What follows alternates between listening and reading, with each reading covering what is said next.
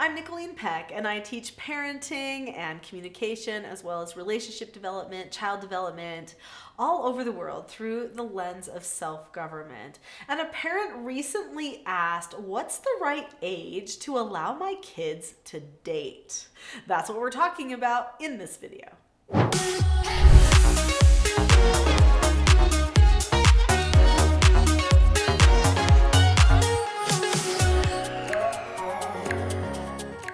There's a lot of confusion on what the right age is when it comes to dating. In this video, we're going to talk about why there's some of that confusion and what types of principles or guidelines you could hold to determine whether your child is ready to date or not.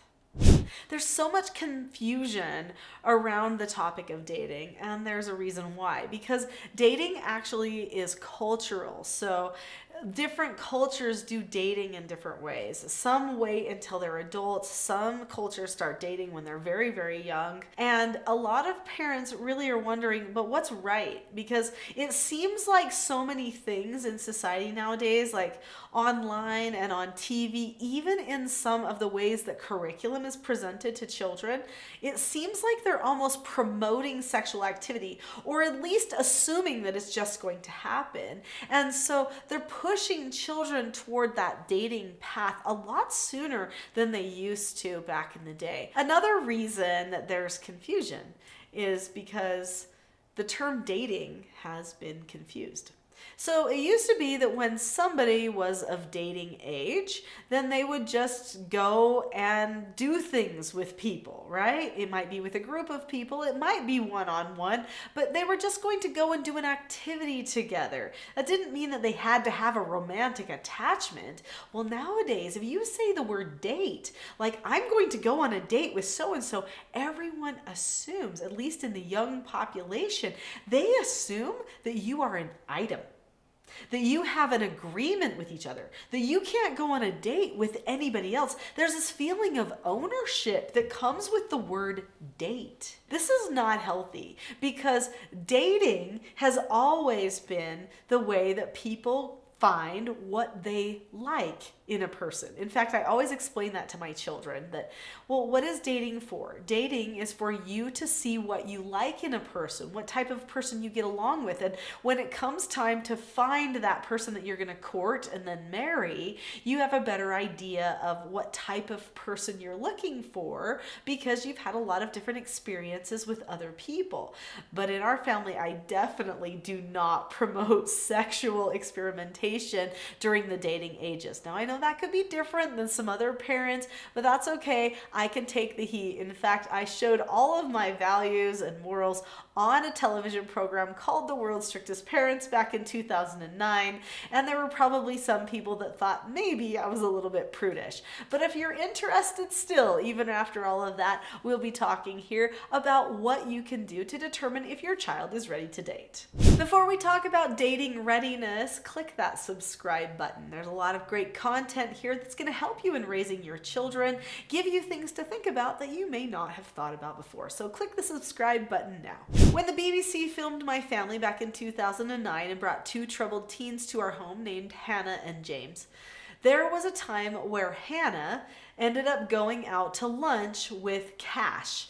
And Cash was a young man who lived by me. Now, Cash explained to Hannah on this little lunch date that he does not sleep with people on dates. He does not have sexual activities. He's not going to just kiss every person that he goes on a date with. And Hannah was amazed by that. The culture where Hannah lived in England was very different than the dating culture where me and Cash lived.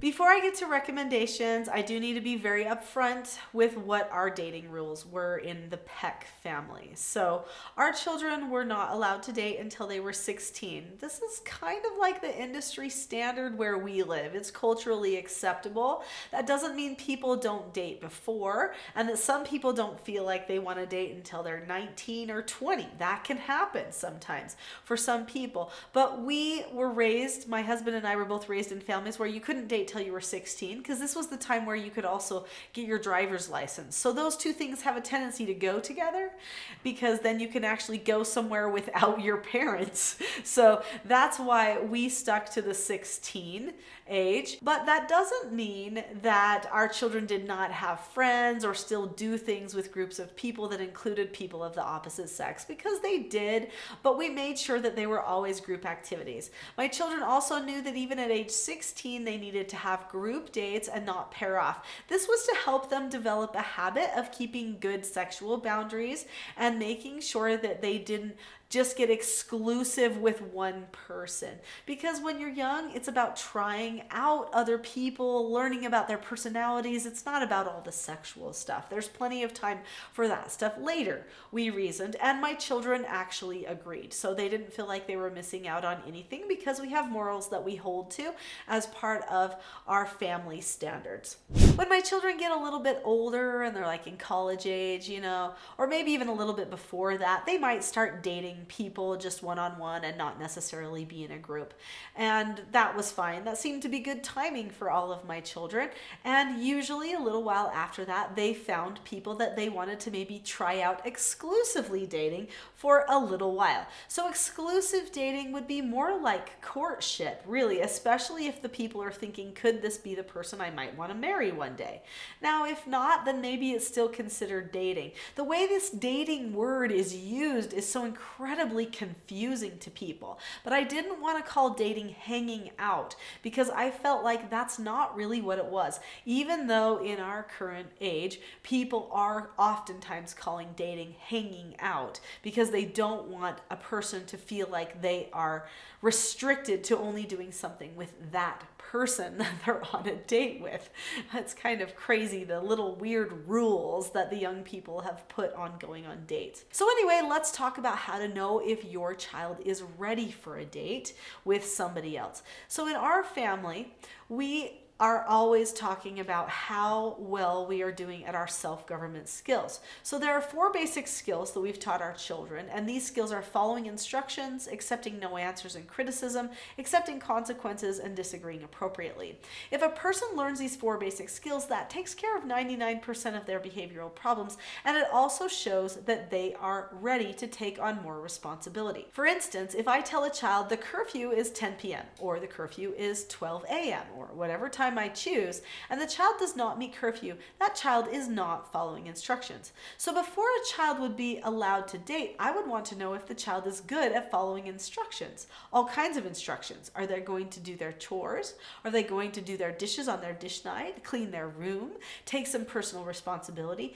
Then that would show that they're following instructions.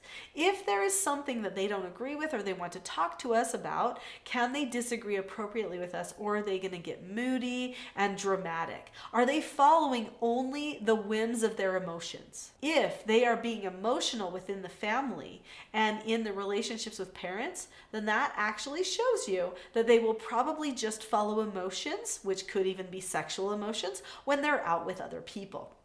So that could make it so that they're not really that ready. Can they accept consequences, and do they have a firm understanding of cause and effect? Would be another question that my husband and I asked ourselves to know if our children were ready for dating. Of course, these same types of questions are the same types of questions we ask to know if our children are ready for a phone, or ready for a computer, or ready for a job. These are the questions that you ask to know if your child is ready to start taking on adult experiences that lead to adult responsibilities.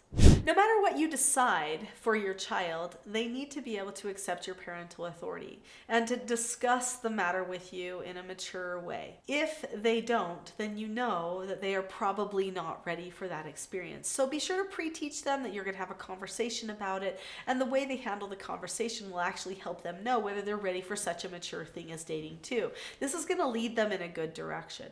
I think you need to also prepare your children to embrace the idea of not being the same as as everybody else. Many people will allow their children to start dating just because other parents are allowing their child to start dating.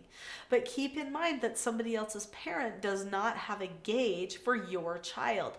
It's you that has to make that decision. Being weird or different about decisions like dating is totally okay because these are individual decisions that you're making. So I always taught my children, hey, we're not going to match what everybody does. So let's see if you're ready, and if you are, great, and if not, we'll talk about it later.